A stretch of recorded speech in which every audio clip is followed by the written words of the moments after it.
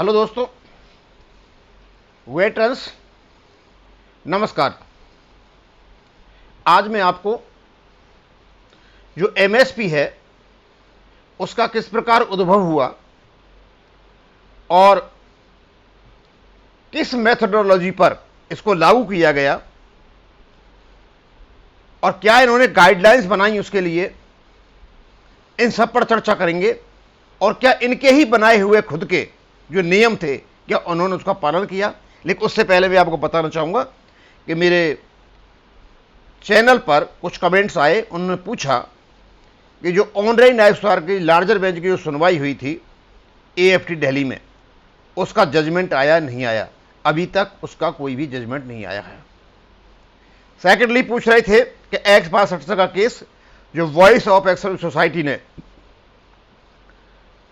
AFT में डालना था और नेवी वालों को डालना था, अभी वो डला कि नहीं डला, अभी वो नहीं डला है, उसकी प्रक्रिया चालू है।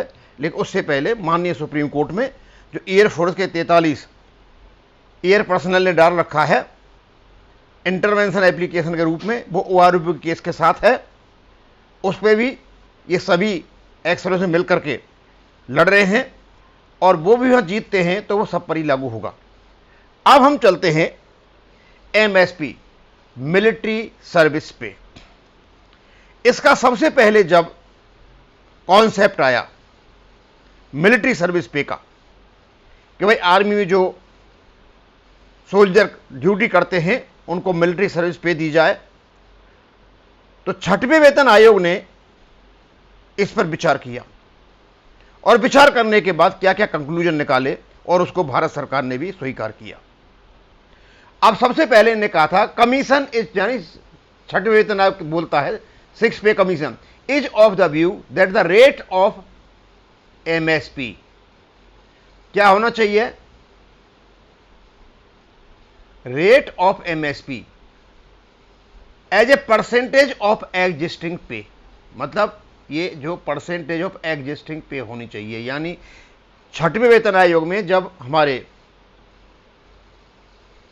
पे बैंड बनाए जा रहे थे तो उससे पहले जो एग्जिस्टिंग था, यानी 5वें वेतन आयोग के जो पे स्केल थे उनके परसेंटेज के बेस पे होना चाहिए। यानी इसका मतलब ये हो गया कि सबकी जो बेसिक पे थी 5वें अलग अलग थी, तो एमएसपी अलग अलग होनी चाहिए। भाई रखा तो यही था इन्होंने, किसके लिए, has to be maintain in case of officers up to the level of brigadier equivalent as well as PBOR. ये जो पीबीओआर वर्ड है ये पर्सनल बिलो ऑफिसर के लिए, because the difficulties faced in the field situation by both these category are similar. यानी ये दोनों ही officers और पीबीओआर, इन्होंने वर्ड पीबीओआर यूज किया, उसी वर्ड को मैं यहां यूज करूंगा। ये डिफिकल्टीज जो फेस करते हैं आर्मी में, इनकी डिफिकल्टीज सिमिलर हैं। जब डिफिकल्टीज सिमिलर हैं तो रेट्स ऑफ एमएसपी भी सिमिलर होनी चाहिए। लेकिन इनने कहा कि as a percentage of existing basic pay, यानी शुरू में इन्होंने एमएसपी को बेसिक पे के परसेंट के रूप में कहा, लेकिन परसेंटेज इन्होंने कोई भी डिफाइन नहीं किया। एक चीज डिफाइन की इन्होंने, वो नीचे बताता हूं मैं। इन्होंने देखा कि जो ऑफिसर्स का जो पे स्टार्टिंग होता है सेकंड लेफ्टिनेंट का, लेफ्टिनेंट का, वो 8,250 से शुरू होता है और पीबीओआर को जो होता है वो होता है 3200 से। यानी जो बाई ग्रुप का सिपाही है उसकी 3200 बेसिक पे थी 5वें वेतन आयोग में। अब 8,250 को इन्होंने एमएसपी दे दी ऑफिसर्स को 6,000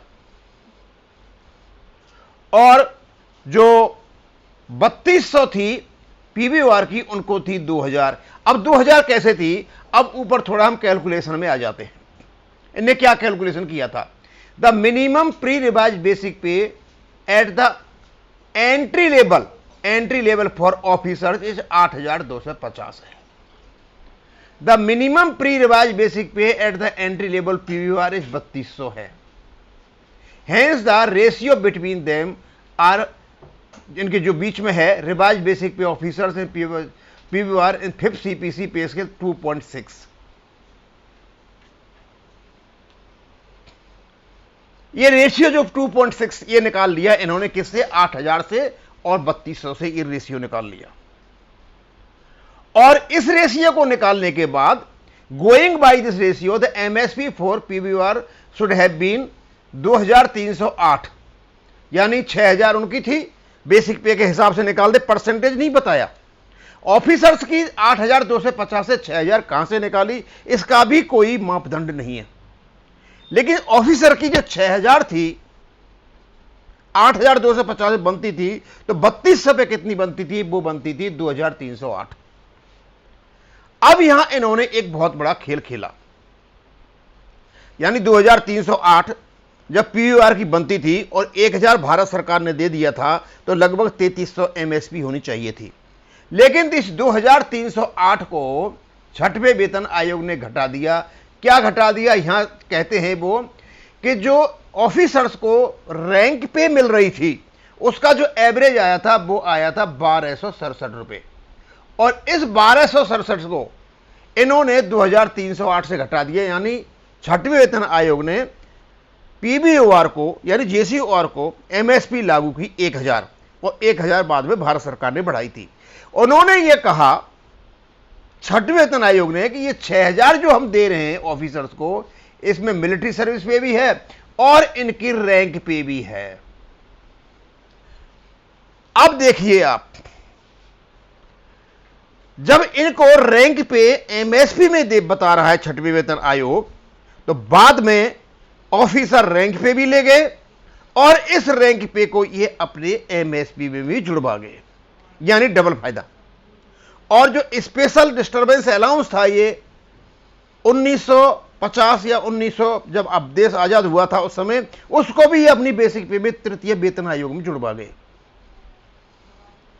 अब सवाल यह उठता है कि ऑफिसर का 8250 का बनता है 6000, और पीबीओआर, अब सवाल यह उठता है कि ये वर्ड पीबीओआर आया कहां से, क्योंकि हमेशा से ही 3 कैटेगरी रही हैं, जेसीओआर ऑफिसर्स, जेसीओआर ऑफिसर्स।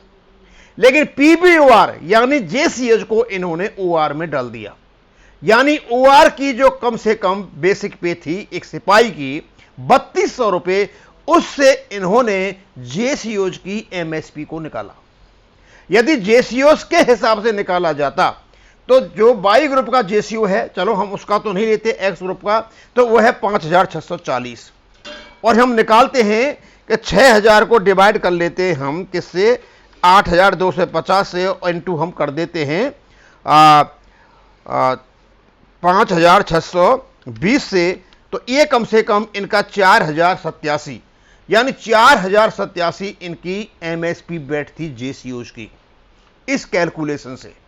लेकिन क्योंकि इन्होंने पीबीआर में डाल दिया, जेसीओज को लिया ही नहीं, जेसीओज के पेश के लिए ही नहीं, और यदि ये 4000 बैठती तो जो 10,500 आज जेसीओज की एमएसपी होनी चाहिए थी, कि होनी तो अलग अलग चाहिए थी भाई। जेसीओज के अलग पे स्केल्स हैं, ओआरस के अलग पे स्केल्स हैं, ऑफिसर्स के अलग पे स्केल्स हैं, एमएनएस के अलग पे स्केल्स हैं, लेकिन नहीं, पैसा बचाने के लिए इन्होंने एक वर्ड रचा, पर्सनल बिलो ऑफिसर रैंक, पीबीओआर, और इस एमएसपी को कम करने के लिए इन्होंने ये सारा कुकर्म किया था, और इन्होंने एमएसपी रखा इवन जेसीओज का भी 2000। अब समझ में ये नहीं आता कि जब आप कहते हो कि जो मिनिमम पे स्केल है, एग्जिस्टिंग पे स्केल जेसीओआर और ऑफिसर्स का अलग अलग होता है, तो फिर जेसीओज के मिनिमम स्केल को छोड़कर सिपाही के पे स्केल को उन पर क्यों लागू किया गया?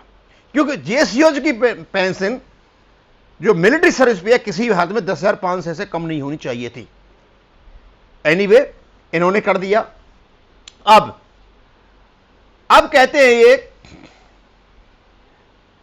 ये सारा निकाल करके, in case of officer rank pay for various grade pay up to brigadier equivalent was also payable which will no longer be paid in the revise scheme और रनिंग पे स्केल्स में नहीं दिया जाएगा उसको। इसको इन्होंने यहां पर कहा कि उनको नहीं दिया जाएगा ऑफिसर्स को रनिंग पे स्केल में, लेकिन उनके रनिंग पे स्केल में इनकी जो रैंक पे थी और बाद में यही रैंक पे इनकी जो बेसिक पे है वो आगे बढ़ करके उसमें जुड़ी हुई है। With grade pay and MSP in case of officers, in case of defence officers के बीच में नहीं जाएगी। ये 30 ने कहा था कि रनिंग पे स्केल्स है उसमें इनकी रैंक पे को नहीं जोड़ा जाएगा, लेकिन ये कोर्ट में गए, कोर्ट से इन्होंने रैंक पे का केस जीता, रैंक पे भी ले गए और अपना जो जैसे 6वां वेतन आयोग कहता है कि भाई इनको रैंक पे नहीं मिलेगा, वो 6000 में शामिल है तो 6000 में भी ले गए और हमारी एमएसपी भी कम करा दी और एमएसपी कम कराने के बाद ये सब कुछ ठीक हो गया।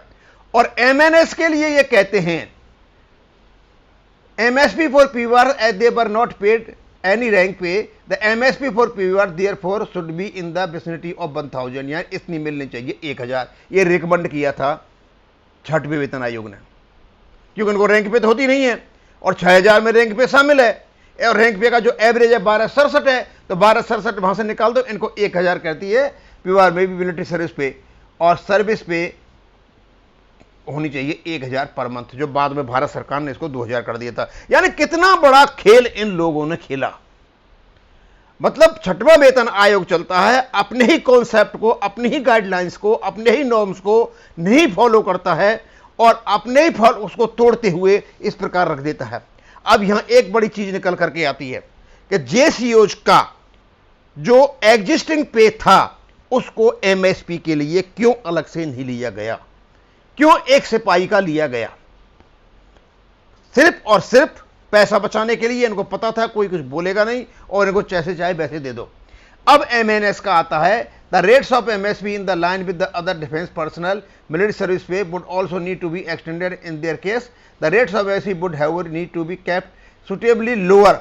मतलब इनको एमएनएस को कम देना है क्योंकि इनकी कॉम्बैट ड्यूटीज नहीं होती है। अब तो ये भी क्लियर हो गया कि इनके जो सिचुएशन है वो जिसके लिए ये मिलिट्री सर्विस पे दी जा रही है उसको ये फुलफिल नहीं करती हैं।